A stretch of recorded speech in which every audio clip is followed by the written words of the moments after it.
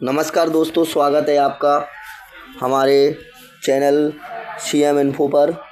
आपको आज हम बताने वाले हैं Vivo Y12 कॉम्बो रिप्लेसमेंट। दोस्तों, सबसे पहले हमें क्या करना है, सबसे पहले हमें हैंडसेट का मॉडल नंबर पता होना चाहिए कि उसमें कौन से मॉडल में कैसा क्या करना होता है। कई मॉडल्स ऐसे आते हैं दोस्तों जिसमें हमें बैक ग्लास गर्म करके निकालना होता है। कई मॉडल्स ऐसे आ जाते हैं कि उनमें बैक ढक्कन ओपन हो जाता है। तो दोस्तों, हमें Vivo Y12 में सबसे पहले नाखून की मदद से, नाखून ना हो तो एक स्क्रिप्ट आता है, उससे हमारे पास नाखून होता है तो नाखून के इस्तेमाल से हम सबसे पहले उसका बैक ढक्कन आउट करते हैं। बैक ढक्कन आउट करते समय हमें ध्यान देना होगा कि उसमें जो फिंगर रहता है, फिंगर का भी ध्यान रखना है। उसके बाद हम फिंगर को भी आउट कर लेते हैं। उसके बाद हमारा काम होगा स्क्रू ड्राइवर से हम बारी बारी से एक एक स्क्रू को ओपन करेंगे। ओपन करते समय हमें ध्यान रखना होगा कि ओपन सही तरीके से करना है।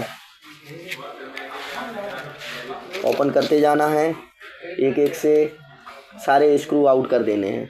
सबसे पहले हमें ऊपर की प्लेट के स्क्रू आउट करने हैं, जो कि हम कर दिए हैं। एक दो स्क्रू रह गए हैं, उनको भी आउट करना पड़ेगा, क्योंकि क्या है, ये चीज़ का बिल्कुल विशेष ध्यान रखना है। सारे के सारे स्क्रू आउट होंगे तभी आप प्लेट को ओपन कर पाओगे। उसके बाद हमें बैटरी के जैक को आउट करना है। अब कोशिश ये करना है कि हमें बैटरी अगर देखना है कि चिपकी हुई है कि नहीं। अगर चिपकी हुई है तो उसको गर्म करना है सेपरेटर से। अगर नहीं चिपकी तो नॉर्मली अपने लिए बाहर निकाल देना है। अब एक्चुअल में क्या, हमें सेट में क्या है, पिन भी चेंज करनी है, तो हम नीचे का भी ओपन करेंगे जहाँ पर हमारी रिंगर डिब्बी रहती है। तो रिंगर डिब्बी के नीचे ही हमारी जो चार्जिंग प्लेट रहती है वह लगी रहती है, उसमें ही चार्जिंग सेक्शन लगा रहता है। तो उसको हम ओपन कर रहे हैं, बारी बारी से एक एक करके उसके भी स्क्रू ओपन कर रहे हैं।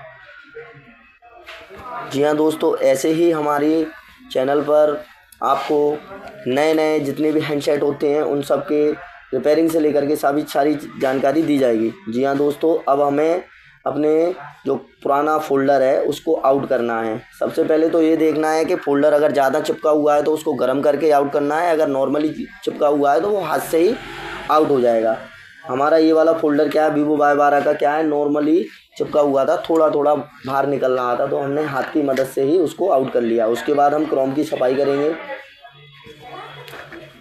क्रोम की सफाई करने के लिए हमें कटर ब्लेड का इस्तेमाल करना है। कई लोग चिमटी का भी इस्तेमाल करते हैं, बट हम कटर ब्लेड का इस्तेमाल करते हैं। जी हाँ दोस्तों, तो हमने कटर ब्लेड का इस्तेमाल करके उसकी मदद से हमने अब क्रोम की पूर्ण रूप से सफाई कर ली है। सफाई करने के साथ साथ उसमें देखना है कहीं कैमरे में कचरा वगैरह होता है तो उसको भी साफ़ करना है। सबसे पहले हम अब फ़ोल्डर को चेक करेंगे। हाँ दोस्तों, इस बात का विशेष ध्यान रखना है, हमें फ़ोल्डर चिपकाने से पहले फ़ोल्डर को चेक अवश्य करना है ना, क्योंकि चेक नहीं करेंगे बाय द वे कभी कभी क्या होता है, पहली बात तो टेस्टेड ही फ़ोल्डर आते हैं। अगर कभी कभी ऐसा हो जाता है कि हम चेक नहीं करते हैं और बाय द वे मिस हो जाता है तो फ़ोल्डर का नुकसान हो जाता है। इसलिए इस बात का विशेष ध्यान रहे कि फ़ोल्डर लगाने से पहले उसको सर्वप्रथम चेक करना है। जी हाँ दोस्तों, तो हम चेक करने के लिए सेट को चालू कर दिया है। अब चालू हो रहा है सेट हमारा।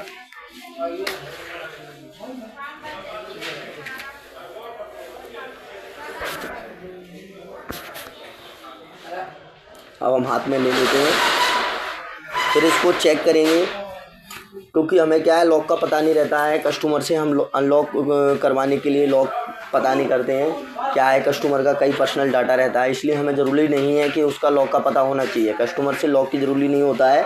हम एमरजेंसी में जा कर के हैंडसेट की जो टच की चेकिंग होती है ना, वह हम कर सकते हैं बड़े ही आसानी से। तो हम चालू होने का इंतज़ार करेंगे दोस्तों। जैसे कि आप देख पा रहे हैं, हमने इमरजेंसी निकाल ली है, कॉलिंग सेक्शन। इसमें हम इमरजेंसी से चेक करते हैं। चेक करने के बाद में हम बैटरी का जैक आउट कर लेते हैं। जैक आउट करने के बाद फ़ोल्डर का भी जैक आउट कर लेते हैं। अब फ़ोल्डर को आउट कर देते हैं। अब फिर से हम देखेंगे, थोड़ा सा इसमें सबसे पहले जाली आउट कर रखी थी, क्योंकि उसमें क्या कचरा भर रखा था, तो उसको साफ़ किया।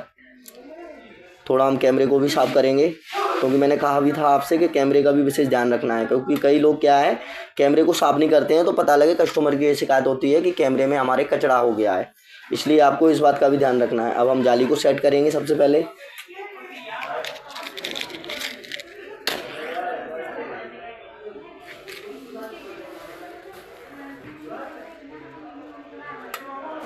जैसे कि दोस्तों मैंने आपको बताया, सबसे पहले हम जाली सेट करेंगे। ये हमारी जाली सेट हो चुकी है। अब हमें पेस्ट लगाना है। जो फोल्डर जहाँ रखा जाता है, जिसको क्रोम बोलते हैं, क्रोम में पेस्ट लगाएंगे बारी बारी से। बिल्कुल विशेष ध्यान रहे दोस्तों कि जो पेस्ट लगाने का जो तरीका है ना, एक ही पैटर्न अपनाना है कि एक जगह पेस्ट का वो रख देना है, उसके बाद अपन लगाते जाएंगे।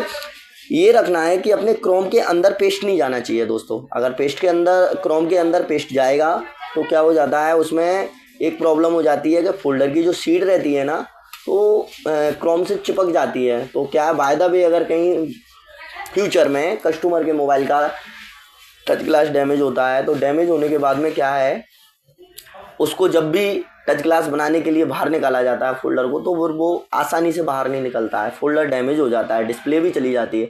तो दोस्तों इस बात का भी ध्यान रखना है कि कस्टमर को नुकसान ना हो, क्योंकि कस्टमर सेल्फ सर्विस जो रहती है ना, कस्टमर सर्विस वेरी इंपॉर्टेंट है।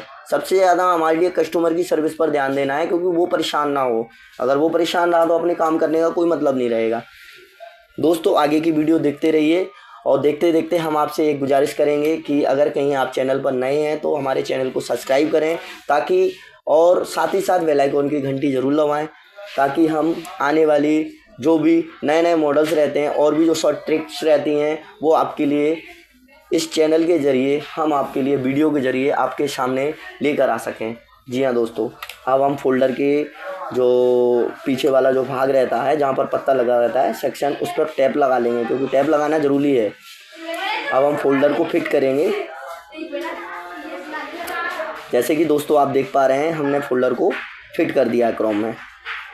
जी हाँ दोस्तों, अब हम फोल्डर को फिट करने के बाद में बड़े ही आसानी से, इसको नीचे नहीं रखना है, थोड़ा सा ऐसा रखना है। ये बबल्स पन्नी हम इसलिए यूज़ करते हैं, एक्चुअल में क्या है, बबल्स पन्नी में क्या है, रिक्स नहीं रहती, फोल्डर डैमेज होने का कोई चांस नहीं रहता, तो हम बबल्स पन्नी का इस्तेमाल कर लेते हैं अभी। अब हम फोल्डर के जैक को सेट करेंगे।